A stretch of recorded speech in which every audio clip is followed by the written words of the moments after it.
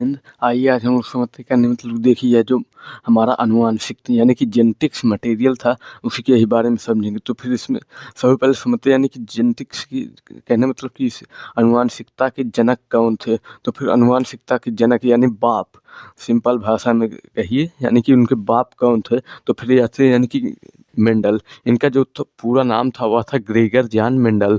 तो फिर इनको यानी कि शॉर्टकट में आप लोग मेंडल ही याद रखिए। यानी कि इसमें सबसे पहले इन्होंने क्या बताया था, 3 ठो नियम भी बताए थे। सबसे पहले इन्होंने बताया था कि प्रभाविता का नियम।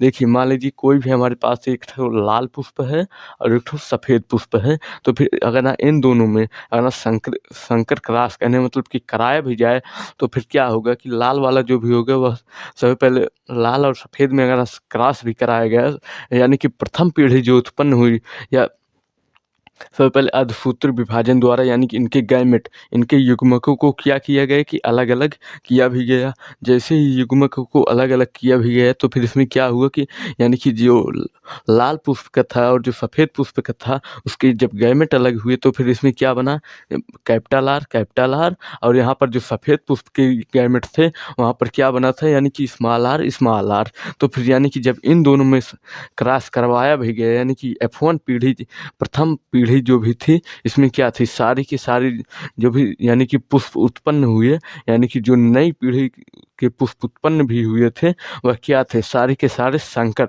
पुष्प थे।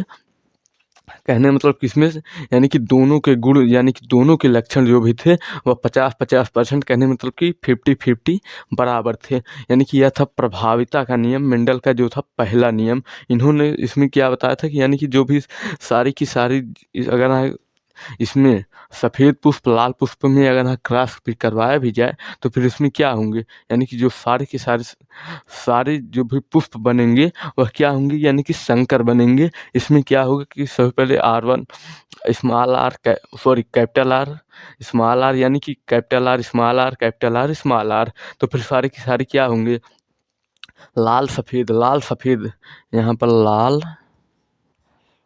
सफ़ेद यानी कि यहाँ पर भी जो भी थे लाल सफ़ेद यानी मतलब कि F1 पीढ़ी में अगर हम बात भी करें तो फिर सारे के सारे जो भी थे मिक्स में थे यानी कि दोनों में क्या थे कि 50-50% की संभावना थी यानी कि 50-50% यानी कि क्या था, दोनों में 50-50% की संभावना थी। यानी कि यह दोनों जो भी होंगे समान ही रहेंगे। यानी कि अभी यह था F1 पीढ़ी, अब समझते यानी कि F2 पीढ़ी। कहने मतलब जो मेंडल का दूसरा नियम था विभाजन का नियम, इसको कह भी सकते हैं यानी कि या फिर युग्मकों की शुद्धता का नियम। देखिए यहाँ पर विभाजन जो भी था यानी कि आप लोगों के हिसाब से थोड़ा अड्ड-बड्ड भी लग रहा है, लेकिन विभाजन भी लिख सकते हैं, चाहे तो आप लोग युग्मकों की शुद्धता का नियम भी लिख सकते हैं। तो फिर सबसे पहले समझते कहने मतलब कि इसमें यानी कि F2 पीढ़ी जो भी थी उसमें क्या यानी कि सभी जो पौधे थे यानी कि लाल पुष्प सफ़ेद पुष्प क्या थे, 50-50% के मिक्स भी थे। तो फिर इसमें क्या थे कहने मतलब कि यह जो भी था यानी कि दोनों के दोनों आपस में 50-50% के थे। अगर इनके बीच यानी कि जब क्रॉस करवाया गया यानी कि जब इनके बीच संतानें उत्पन्न हुई कहने मतलब कि जब इनके बीच पुष्प नए यानी कि F2 पीढ़ी को जब उत्पन्न भी किया गया तो फिर इसमें क्या परिवर्तन हुआ। तो फिर सबसे पहले कहने मतलब कि इनके गैमेट निकाले लिए किसके माध्यम से, अर्धसूत्री विभाजन के माध्यम से। देखिए यानी कि इसके माध्यम से जब इनके गैमेट निकाले गए तो फिर इसमें इससे प्राप्त हुआ एक ठो जो था हमारा कैपिटल आर और इससे क्या प्राप्त हुआ यानी कि small R, capital R small R. यानी कि यह क्या हुआ कि 4 गैमेट हमको मिले। अब इसमें क्या था कि सबसे पहले अगर ना इसको क्रॉस भी करवाया गया, कहने मतलब कि यहाँ पर क्या था, जब क्रॉस करवाया भी गया तो फिर इसमें क्या हुआ कि सबसे पहले आर कहने मतलब कि यह जो था यानी कि प्योर था, कहने मतलब कि इसमें को यह जो भी था शुद्ध लंबा पौधा था। कहने मतलब कि यह पूरी तरह से लाल पौधा था और इसमें यानी कि इन दोनों में क्या था कि मिक्स था। यानी मतलब कि लेकिन प्रभावी कौन था, लाल रंग जो भी तो होता सफ़ेद के ऊपर अक्सर प्रभावी होता ही है।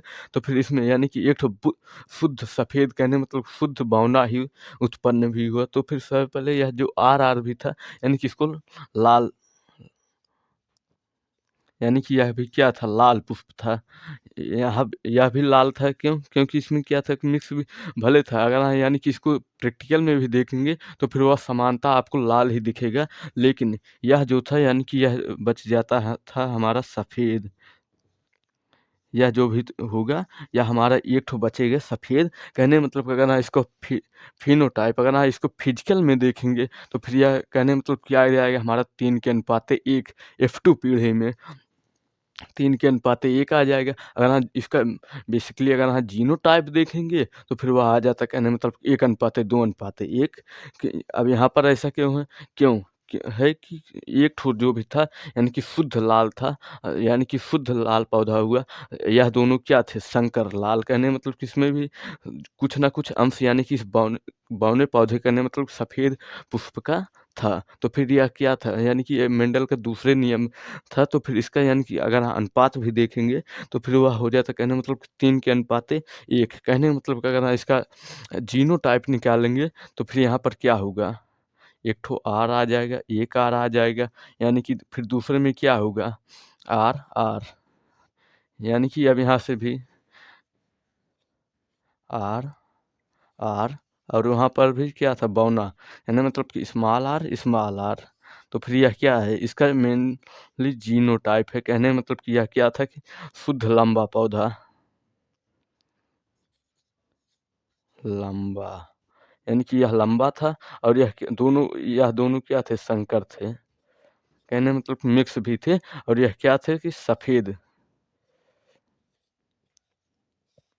सफ़ेद थे, यानी कि जो था इसका बेसिकली जीनोटाइप था।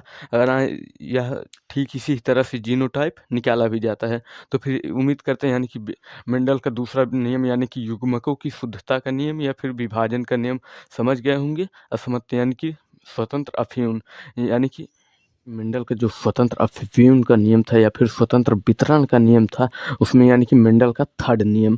देखिए मेंडल का थर्ड नियम जो भी था, अगर इस तरह से यानी कि चार उसमें बनाते तो फिर यह क्या है कि काफ़ी ज़्यादा लंबा भी हो जाता है, यानी कि वीडियो भी लंबा हो जाता है और आप लोगों को समझने में क्या होता है? दिक्कत। तो फिर इसमें ऐसे ही शॉर्टकट में समझिए, यानी कि लाल और लंबे पौधे होंगे, सफ़ेद और झुर्रीदार। कहने का मतलब कि यानी कि इन दोनों को जब क्रॉस भी करवाया जाएगा, यानी कि क्या बनेंगे? लाल और सफ़ेद। तो फिर कहने का मतलब कि यहाँ पर जो भी होगा 9 के अनुपात 3 के अनुपात 3 अनुपात 1 भी आएगा। कहने का मतलब कि यानी कि जो 9 ठो होगा आर आर आर टी, यानी कि ये सब क्या होंगे? शुद्ध लाल पौधे बनेंगे, यानी कि शुद्ध लाल होंगे, लंबे होंगे।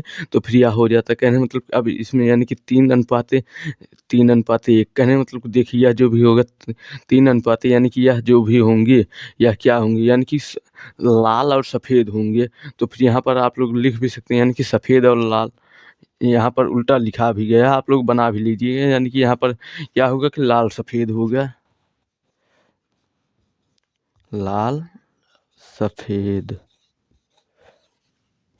या जो भी हो, तो कहने का मतलब कि यहाँ पर जो होगा लाल सफ़ेद, और यहाँ पर भी यानी कि तीसरे नंबर पर जो होगा 1 2 3, यानी कि यह जो भी होते हैं यह भी होंगी, यानी कि सफ़ेद और लाल, यानी कि इन दोनों में क्या होता है? मिक्सर रहता है। और एक ठो जो भी होगा यह शुद्ध सफ़ेद हो गया, कहने मतलब कि शुद्ध झुर्रीदार या फिर शुद्ध बौना भी कह सकते हैं, बौना पौधा भी होगा। तो फिर यह यानी कि जो 9 ठो होंगे वह क्या होंगे? लंबे होंगे। और यह जो 3 ठो होंगे, यानी कि यह क्या होंगे कि कह सकते हैं आप लोग संकर, यानी कि संकर होंगे यह तीनों। अब समझते हैं यानी कि इसके आगे जो था, यानी कि जेनेटिक्स वाला यह जो टॉपिक था, इसमें सबसे पहले यानी कि जो था हमारा पहला, यानी कि जो मेंडल का तीनों नियम था वह कंप्लीट भी हो चुका। अब इसमें समझते हैं यानी कि जीन के उत्परिवर्तन में कारण से क्या परिवर्तन हो भी सकता है।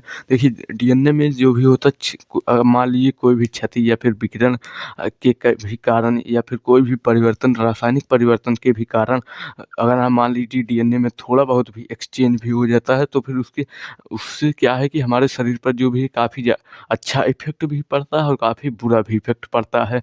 मान लीजिए कहने मतलब कि इससे आपकी शरीर की पावर की जो क्षमता होती है, एवरेज होती है, या तो वह बढ़ भी सकती है और या फिर घट भी सकती है। इसमें कहने का मतलब क्या है कि यहाँ से पावर को बढ़ा भी सकते हैं डीएनए से और पावर को घटा भी सकते हैं। देखिए यानी कि अपने देश में तो नहीं, यानी कि जो चाइना अगर चाइना चाइना और भी यानी कि जो विकसित देश है, यानी कि अपना भी देश विकसित है, ऐसी बात नहीं, यानी कि कहीं-कहीं पर भी अपने देश में भी यानी कि इसकी सुविधा उपलब्ध है। यानी कि एक चीज़ आप लोगों ने भी सुना ही होगा, जैसे कि मोटरसाइकिल का मॉडिफ़ाई होता है, ठीक इसी तरह से हमारे शरीर का भी मॉडिफ़ाई होता है। कहने मतलब कि वहाँ से क्या होता है, डीएनए में थोड़ा बहुत एक्सचेंज किया भी जा सकता है। कहने का मतलब कि यहाँ से भी उसकी पावर यानी कि क्षमता को बढ़ भी सकती है या फिर घट भी सकती है, या फिर यानी कि डीएनए के ही चक्कर में वो आदमी मर भी सकता है।